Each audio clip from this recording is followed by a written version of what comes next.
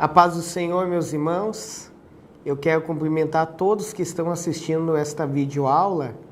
Estamos aqui na Assembleia de Deus, nosso templo central, realizando esta gravação, onde hoje nós vamos estar falando sobre a nossa revista do discipulado e a lição de número 7, a vida abundante. Eu quero lhe convidar, você aluno, você irmão, a já pegar a sua revista e também a sua Bíblia, onde nós vamos estar falando sobre esses assuntos e também vamos estar lendo algumas referências. O nosso textuário desta lição é: o ladrão vem apenas para roubar, matar e destruir. Eu vim para que tenham vida e tenham plenamente. Está escrito no livro de João, no capítulo de número 10 e verso de número 10. Eu quero ler com os amados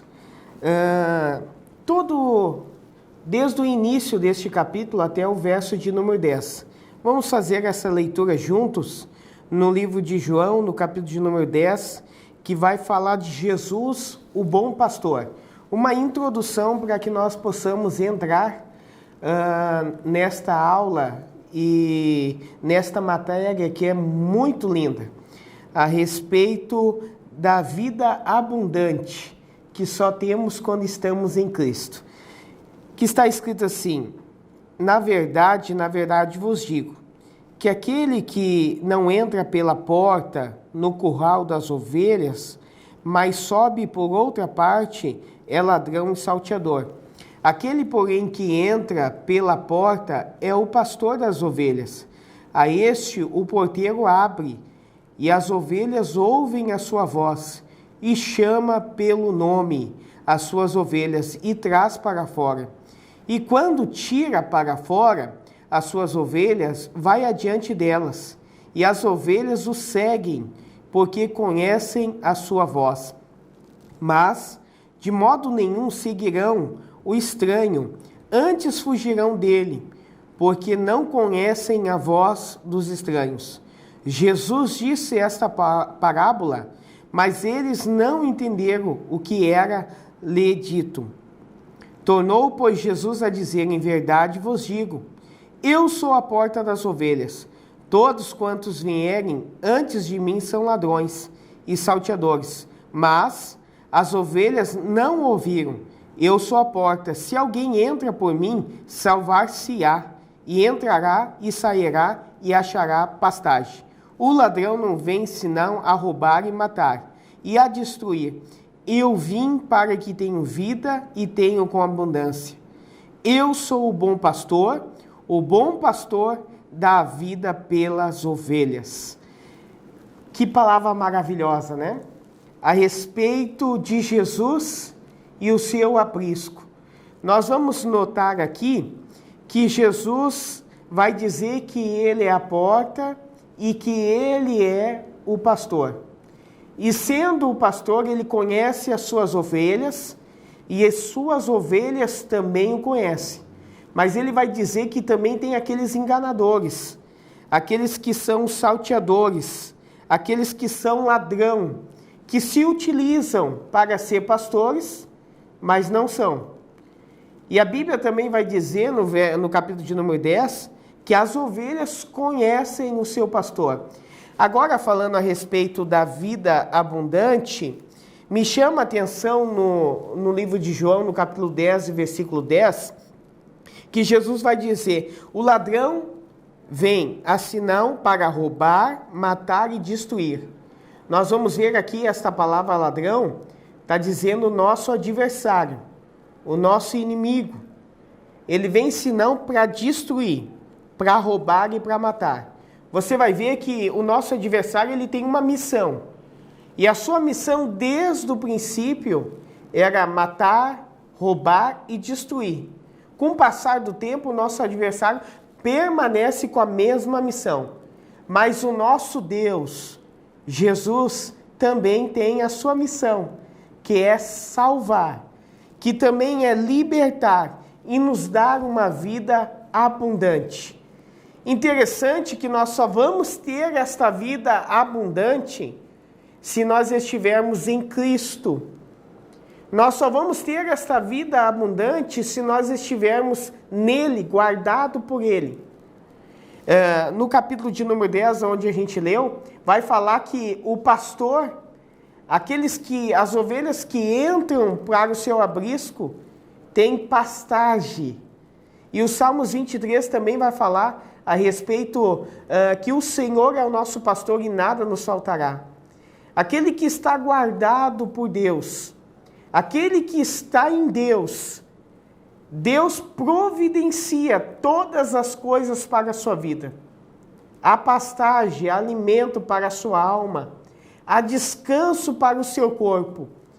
Mas aqueles que não entram por este aprisco, aqueles que não estão em Cristo, correm o dano, correm a situação que aqui a Bíblia vai falar. Aquele que não entra pelo aprisco, aquele que não entra pela porta, corre o perigo de cair na mão do salteador. E aí o salteador, que é o nosso adversário, que aqui João vai falar, ele vem senão para roubar, matar e destruir. E hoje nós vimos muitas vidas sofrendo esses danos. Pessoas sofrendo problemas no casamento, pessoas sofrendo problemas na sua vida espiritual, não tem mais o sentido de viver, não tem mais alegria de viver, porque estão sendo influenciadas pelas forças malignas. Mas Jesus está dizendo, aquele que entra pelo meu aprisco, esse encontra a pastagem para a sua vida. Você que está com a sua revista, nós estamos na página 35, que vai nos dizer ali, a vida é um presente de Deus. E geralmente as pessoas gostam disso e de usufruir deste presente. É bom viver, entretanto, facilmente se observa que muitas pessoas não têm obtido uma vida farta de realizações e felicidade. Desde que o pecado entrou no mundo, o ser humano resolveu viver independente do seu Criador. Surgiu uma série de ameaças à vida. Entre essas, podemos citar violência, ódio, droga, bebida alcoólicas, prostituição, roubo, mentira. Deus criou o ser humano para que viva bem e feliz consigo mesmo e com o próximo, mas o pecado tem prejudicado e impedido a realização da vontade de Deus para com as pessoas ou com o ser humano. Nós vamos ver a referência no livro de Gênesis, onde a nossa revista fala, Gênesis capítulo de número 1 e versículo de número 27, sobre a criação de Deus para com o homem. E quando você lê no capítulo de número 1, versículo de número 27, você vai ver tudo era perfeito. Deus faz o homem, coloca ele no jardim, um lugar perfeito.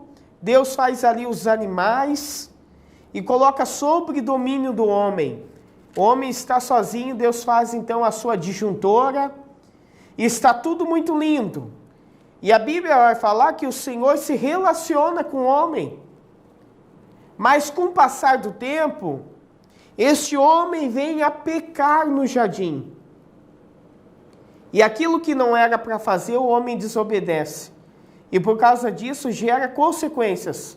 O homem é expulso do jardim. O homem agora, ele sofre para lavrar a terra começa a produzir espinhos e abrolhos. A mulher agora, por sua vez, vai ter dor de partos. E até a própria serpente, ela vai vai ser amaldiçoada. Consequência do pecado. E eu quero ressaltar aqui, se tem uma coisa que faz separação entre Deus e o homem, é o pecado. Adão e Eva estavam no jardim, era tudo perfeito. Até eles conheceram o pecado, até eles desobedecer à voz de Deus. E nós observando a nossa revista, e o escritor aqui usou de sabedoria em falar a respeito que o ser humano, sem Deus, ele acaba caindo numa vida que a cada vez distancia ele mais de Deus. Por que hoje existe tanta maldade? Por que hoje existe tantas pessoas envolvidas na servidão de vícios, servindo o nosso adversário? Porque as pessoas se encontram num vazio tão grande e tentam preencher este vazio com as coisas deste mundo, com os pecados deste mundo, achando que estão tendo uma vida feliz, estão tendo uma vida abundante. Mas nós só temos a vida abundante quando estamos em Cristo Jesus. O nosso adversário, ele veio para desfazer tudo aquilo que Deus fez. Ele veio para tentar desfazer. Mas Jesus veio para nos dar vida. E eu quero falar um pouquinho desta vida, voltando aqui para Gênesis. Então o homem agora ele peca. E se nós lemos em Isaías, eu quero que você abra a sua Bíblia em Isaías, capítulo de número 59. Isaías, capítulo de número 59, vai falar a respeito da separação entre o homem e Deus. Vai dizer assim em Isaías 59, eis que a mão do Senhor não está encolhida, para que não possa salvar, nem o seu ouvido agravado, para que não possa ouvir. Ouça bem, a mão do Senhor ela não está encolhida, para que não possa tocar na sociedade, para que não possa operar um milagre. Não. E também o seu ouvido, ele não está gravado, não está fechado para que não possa ouvir as orações do ser humano. Mas então por que Deus ele não realiza? Por que Deus não faz? É que os vossos pecados fazem divisão entre vós e o vosso Deus. Os vossos pecados encobrem o seu rosto de vós, para que não vos ouça. A única coisa que impede eu e você de sermos abençoados, a única coisa que impede eu de você de ser bem-sucedidos, a única coisa que impede de Deus nos ouvir é o nosso pecado. É quando nós desobedecemos a Deus. Isso nos separa da presença do nosso Deus. Não é que Deus nos abandona. Não é que Deus abandonou o ser humano. Não é que Deus deixou o ser humano de lado. Pelo contrário, não. Deus nunca abandonou a raça humana. O salmista vai dizer, se não fosse o Senhor, o que seria de nós? O nosso inimigo teria nos encolhido vivo. Se não fosse Deus, se não fosse Jesus Cristo a vir nesta terra. João capítulo 3, versículo 16. Que Deus amou o mundo de tal maneira, que deu seu único Filho unigênito, para que todo aquele que nele crê não pereça, mas tenha vida eterna. Isto é amor de Deus para com o ser humano. Este é o maior ato de amor para a vida de alguém. Você que está me escutando, eu queria que você refletisse agora um momento. Você daria alguma coisa por alguém? Você pode ter muitos filhos, você daria um filho seu para morrer por alguém que você não conhece? Ou alguém que cometeu alguns delitos fortes contra a vida de outras pessoas? Você daria o seu filho para morrer por esta pessoa? Com certeza nós não daríamos. Mas Deus, olhando para nós, e movido de grande compaixão, Ele vai dar o seu Filho para nos salvar. E nós estávamos perdidos. Nós estávamos envolvidos no pecado. Ele vai olhar para nós e vai nos arrancar, vai nos salvar e nos garantir uma vida abundante. Vamos seguir com a nossa revista. Abaixo da estrofe que nós lemos vai dizer: Jesus Cristo nos dá a vida abundante. ou seja, supera o poder do mal e realiza a vontade de Deus em nossas vidas. Aleluia! Se nós fôssemos refletir um pouquinho quem nós éramos e o que Deus fez na nossa vida. Neste momento eu estou falando para você que está dando seus primeiros passos na igreja, seguindo a Cristo, você que está sendo acompanhado pelo seu discipulador, você que tem ido nos cultos, isso é muito bom para a sua edificação e o seu crescimento nesta fase. E depois vai lhe ajudar você congregar, ter comunhão com os irmãos. Se eu perguntasse para você, quem era você alguns dias atrás? Quem era você quando Deus olhou para a sua vida e lhe tirou daquele charco horrível que você estava vivendo? Onde muitas pessoas olhavam e diziam, este não tem mais solução. Esta pessoa já não tem mais saída. Deus olhou para a sua vida e lhe tirou daquela situação. Claro que agora você está caminhando nesta vida, nesta caminhada, dando os passos um de cada vez, conhecendo a Cristo, conhecendo a igreja. E eu quero lhe dizer que você não pode parar de caminhar. O que Deus tem como promessa para as nossas vidas é muito maior do que nós imaginamos. Você acha que Deus já fez grandes coisas na tua vida? Se você permanecer firme até o fim, tem coisas muito mais maravilhosas para acontecer. Aqui nesta vida, irmão Tiago, aqui nesta vida. E quando nós saímos daqui, desta vida, a eternidade para nós estarmos para sempre junto dele. Amém? Nós vamos seguir para a próxima página, mas antes, aqui em negrito, eu queria fazer esta leitura. Toda a vida humana está orientada a 3 direções: eu, o próximo e Deus. Quando essas relações não estão funcionando de modo adequado, torna-se difícil para alguém possuir uma vida abundante. Uma vida plena e farta não consiste apenas em conforto material, em ter uma bela casa, carro do ano, como algumas pessoas imaginam. Isso, irmãos, a vida abundante que nós estamos falando aqui, não é ter uma casa na praia. Isso é bom, é o conforto. A vida abundante que nós estamos falando aqui, não é ter um bom carro, que isso outras pessoas também têm. A vida abundante aqui que nós estamos pregando e ensinando, é ter Jesus Cristo na nossa vida e ter a certeza da salvação. Paulo vai falar em 2 Coríntios, no capítulo 4, versículo 18, que vai dizer: por isso, irmãos, ainda que desfalecemos, ainda que o homem exterior desfaleça, o nosso interior se renovará a cada dia.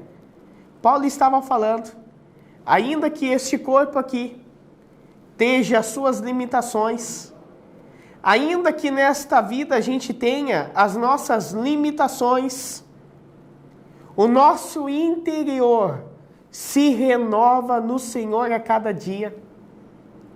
Se o reino de Deus, se a vida abundante em Cristo fosse bens materiais, nós colocaríamos o nosso Deus muito pequeno, porque isto, com um pouquinho de trabalho e esforço, a gente adquire.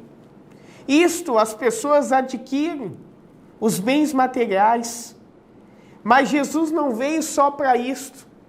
Claro que com o nosso esforço e com a bondade de Deus nós conseguimos alcançar as nossas metas, conseguimos alcançar aquilo que queremos. Mas não é só isso que o Senhor promete para nós. Deus promete uma vida eterna. Deus promete a salvação para conosco, a regeneração e o perdão dos nossos pecados. Era dessa nova vida que Paulo falava. Você que está me escutando, você pode ter uma doença, você pode morar de aluguel, ter as suas limitações naturais. E talvez você talvez nunca consiga comprar uma casa própria. Isso pode acontecer. Talvez você precisa depender um bom tempo da sua vida de Uber ou de carona. Mas esta vida aqui, ela é limitada. Ela é uma passagem. Mas para o lugar aonde Deus nos prometeu, este lugar não vai precisar de pagar aluguel. Não vai precisar de nós usufruir de um carro, não. Porque este lugar é um lugar onde nós vamos estar, aleluia, deixando tudo aquilo que nós precisamos para estar para sempre com o nosso Deus. Lá nós não vamos precisar disso. Lá nós não vamos precisar de luz, porque Ele vai ser a nossa própria luz. E Apocalipse vai dizer que Ele vai enxugar nos nossos olhos todas as nossas lágrimas. Uma vida abundante, então ela não está somente ligada a bens materiais. Porque se nós disséssemos isso, nós colocaríamos Deus como um Deus tão pequeno. Não, o poder de Deus é bem maior. O poder de Deus é tão grande que Ele tem poder de perdoar os nossos pecados, de escrever o nosso nome no livro da vida e nos levar daqui para morar com Ele nos céus. Esta é a vida abundante enquanto estamos aqui na terra. Enquanto estamos aqui na terra, nós estamos sujeitos a essas necessidades, mas estamos com a certeza que Deus cuida da nossa vida. Você pode sofrer, como eu falei, enfermidades. A sua carne pode sofrer dor, mas o seu homem interior, esse tem uma esperança, que tudo isso daqui é passageiro. Esse tem uma esperança que Deus cuida dele. Esse tem uma esperança que tudo isso aqui vai acabar e um dia vamos estar com Deus. Quando nós olhamos para o mundo, irmãos, nós vimos pessoas correndo, pessoas lutando, pessoas correndo de um lado para o outro para adquirir bens, para saciar a sua vontade.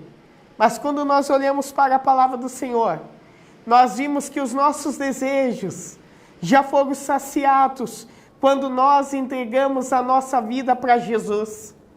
Quando nós entregamos a nossa vida para Jesus, os nossos vazios, os nossos porquês foram saciados pelo poder do nosso Deus.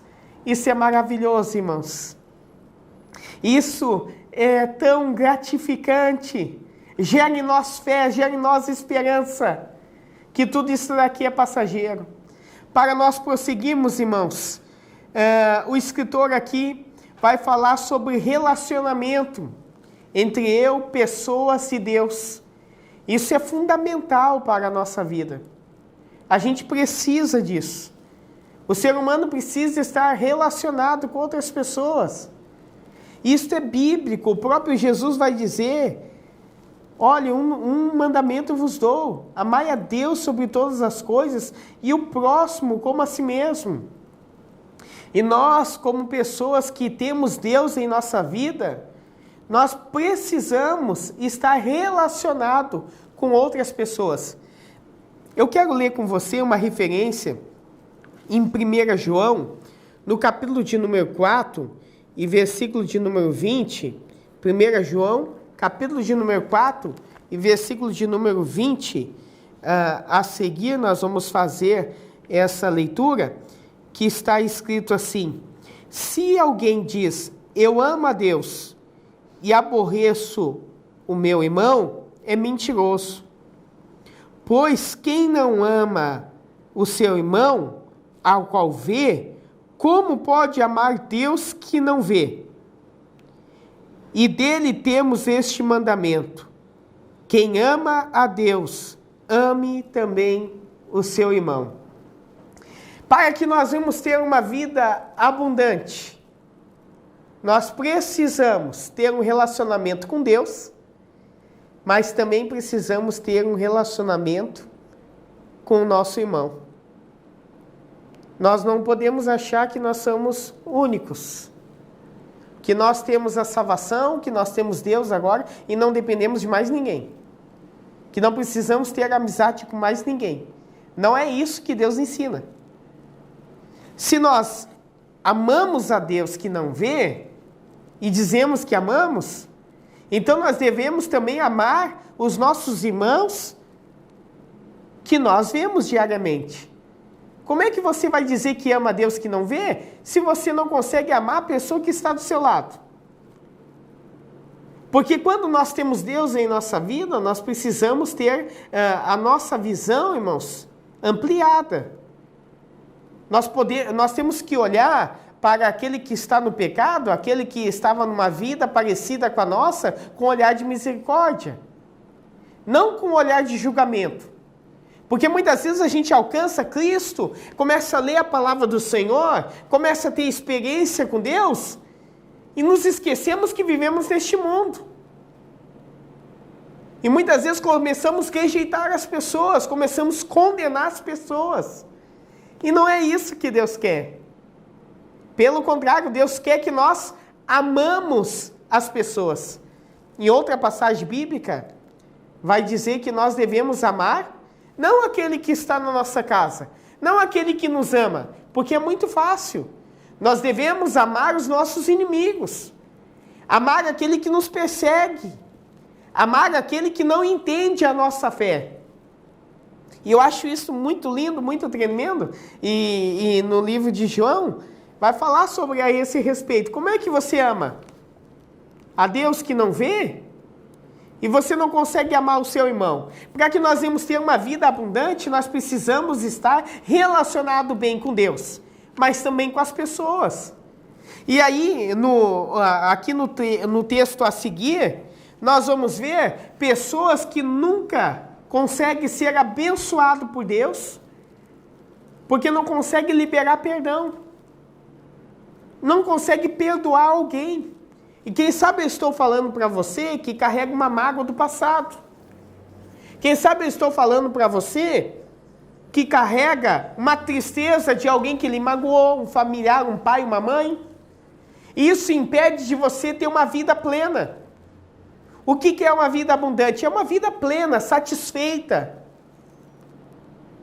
E muitas vezes a gente tem um bom relacionamento conjugal, temos filhos, temos um bom emprego, mas não conseguimos ir bem em nossa vida. Sempre tem aquele porém, aquele pontinho que fica nos incomodando, que fica trazendo a lembrança, o passado, de um perdão que a gente não liberou, de uma ferida que ficou aberta. E eu quero te dizer para que você venha ter uma vida plena. E não coloque em risco a tua salvação. Você precisa liberar o perdão. Você que me escuta, você precisa ir ao encontro dessa pessoa e pedir perdão para ela. Mas, irmão Tiago, eu não sou culpado. E eu lhe entendo. Talvez você não seja culpado. Jesus não havia pecado e ele morreu por nós. Deu a outra face. Perdoou. Naquele último momento ele disse: Pai, perdoa porque eles não sabem o que fazem. Quando Estevão estava sendo apedrejado da mesma forma, liberou o perdão para todos aqueles que estavam lhe apedrejando. Isso é coisa linda, porque o perdão faz melhor para nós do que para aquela pessoa que nos magoou, porque muitas vezes a pessoa que nos magoou, ela nem lembra. Ela magoou, mas ela não tem o mesmo entendimento que eu e você tem. Isso impede de você crescer. Isso está impedindo de você ser abençoado por Deus. Isso está impedindo de você crescer. E você está dizendo: irmão Tiago, eu estou há muito tempo na igreja, estou servindo a Deus. E eu vejo que eu não passo esse estágio. Eu estou servindo, mas não consigo passar, não consigo alcançar mais coisas da parte de Deus. E as minhas orações estão sendo prejudicadas por causa disso. Porque precisamos liberar o perdão. E essa ferida, ela fica igual uma raiz, ela vai criando raiz dentro do nosso coração. Vai criando raiz e ela vai cada vez ficando mais forte. A ponto de você estar sendo prejudicado por causa disso. Você precisa perdoar. Você precisa liberar o perdão. Para que você venha ter uma vida plena no Senhor. Para que você venha ter uma vida abundante no Senhor. Deus quer lhe abençoar. Deus quer lhe prosperar. Mas nós precisamos entender que para isso, nós precisamos estar bem com o nosso irmão. E é interessante que o escritor salientou. Nós precisamos dessas três coisas. Nós, o nosso próximo e a Deus. Nós precisamos estar bem com Deus, mas também precisamos estar bem com o nosso próximo. Precisamos estar bem com a nossa família. Como você irá falar de Jesus? Como seu testemunho irá alcançar outras vidas? Se você não consegue ter um bom relacionamento com o seu próximo, pense nisso. E libere o perdão, procure esta pessoa. E você será abençoada pelo nosso Deus, você será abençoado pelo nosso Senhor. Agora, para nós já finalizarmos, na página 37, nós vamos estar finalizando com o assunto. A Bíblia ensina claramente que o pecado é a base de todo relacionamento inadequado da parte do indivíduo para consigo, o próximo e Deus. Como nós já falamos, o pecado nos afasta. O pecado nos faz com que nós não venhamos ter a vida abundante do Senhor. E nós vamos ler aqui uma referência que está escrito no livro de Efésios. Eu queria que você acompanhasse juntamente comigo. Efésios, no capítulo de número 2, do versículo 1 em diante, até o 4, vai dizer assim: E vos vivificou, estando vós mortos em ofensas e pecados.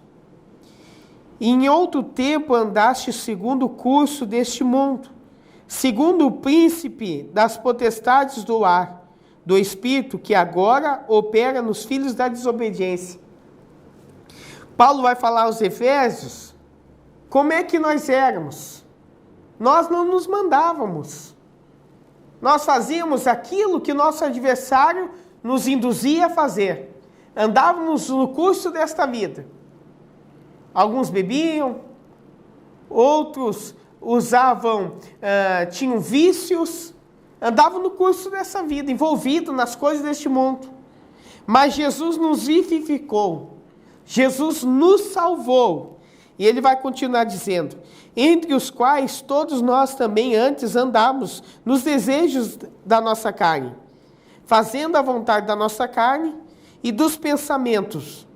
Éramos, por natureza, filhos da ira, como outros também, mas Deus, que é riquíssimo em misericórdia, pelo seu muito amor, com que nos amou, estando nós ainda mortos em nossas ofensas, nos vivificou juntamente com Cristo, pela graça sois salvos.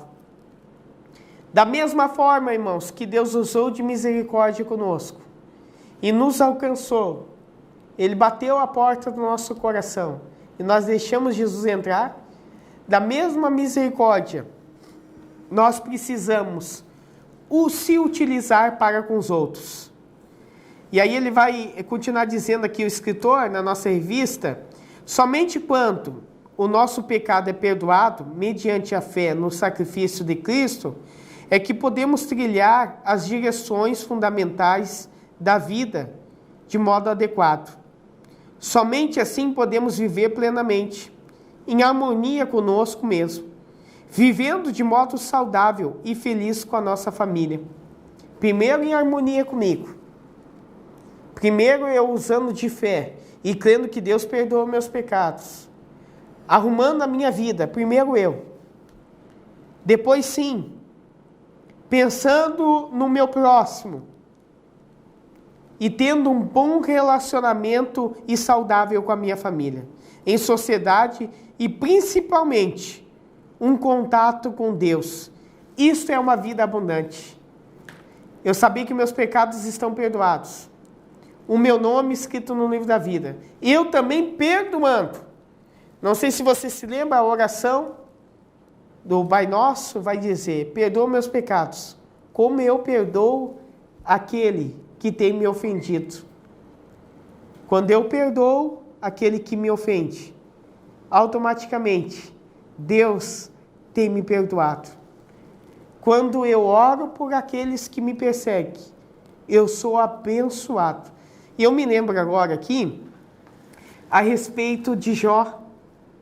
Jó, quando ele está passando uma das maiores provas da sua vida, a Bíblia vai dizer que os seus amigos vêm e tentam lhe ajudar. Não entendendo o que Jó está passando, eles começam a murmurar, começam a questionar a fé de Jó, começam a questionar aonde Jó pecou. E nos capítulos adiante, no capítulo 41, 42, vai dizer que Jó, ele é abençoado quando ele ora pelos seus amigos. Quem sabe eu estou falando para pessoas que estão sendo incompreendidas. Você vai ser abençoado quando você amar esses que estão te incompreendendo. Quando você amar esses que estão caluniando você. Quando você amar esses que têm se levantado contra a tua vida. Você vai ser abençoado pelo Senhor. Mas se nós quisermos pagar o mal com o mal, nós nunca seremos abençoados. Nós vamos voltar à antiga prática. Nós vamos voltar ao antigo homem. Nós vamos voltar à antiga pessoa. Vamos ressuscitar o velho homem, que foi sepultado no batismo em águas. Nós precisamos viver uma nova vida com Cristo. Sermos vivificados com Cristo. Uma nova vida com o Senhor.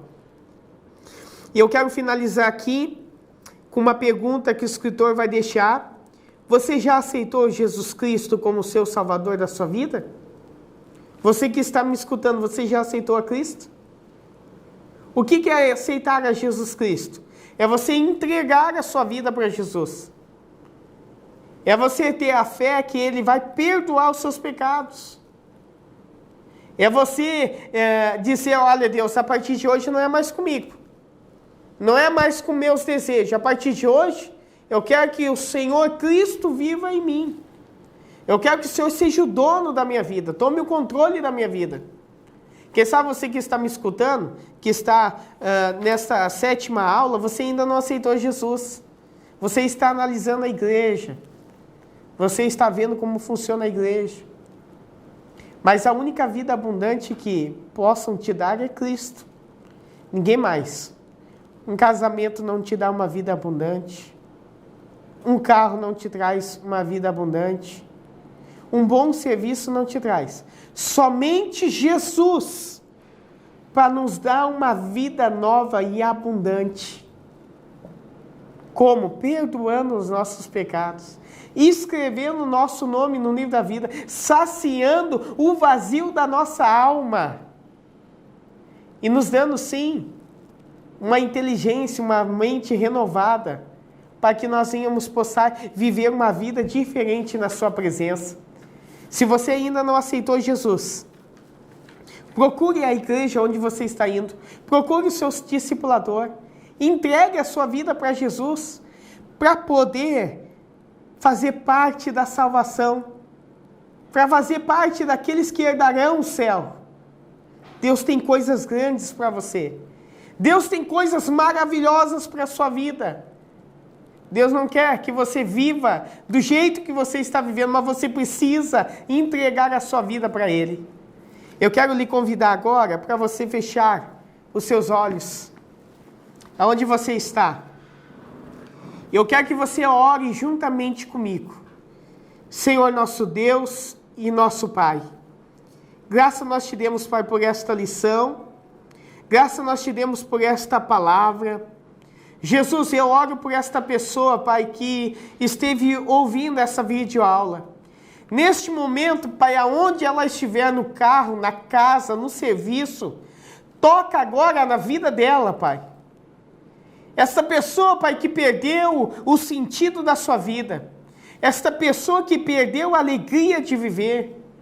Esta pessoa, Pai, que tem esta mágoa que tem corroído o seu coração, que tem trazido angústia, esta tristeza, Pai, que tem batido a porta, aleluia, que tem feito, Pai, com que ela venha perder a sua alegria, o desejo de viver.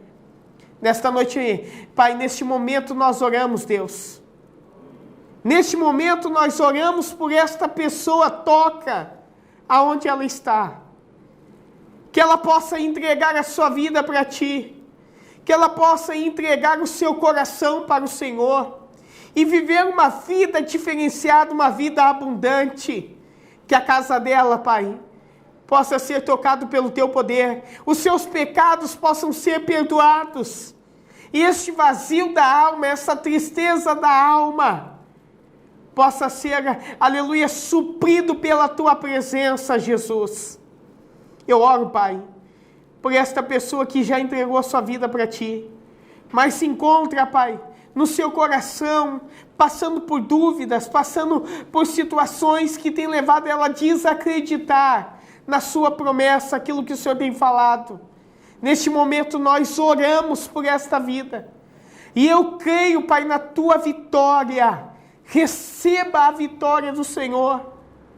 Receba a presença do Senhor e creia que Deus está trabalhando ao seu favor. E creia que o Senhor está trabalhando na tua casa e na tua família. Em nome de Jesus, ó Pai, toca com teu poder. Nós oramos e acreditamos na tua vitória, em nome de Jesus. Eu agradeço você que esteve conosco nesta lição. Que Deus abençoe a sua vida. Se você ainda não é cristão, entregue a sua vida para Jesus e sirva a Ele com alegria. Servir a Jesus é cada dia viver uma novidade de vida. Não existe coisa melhor. Deus te abençoe. Em nome do Senhor Jesus Cristo.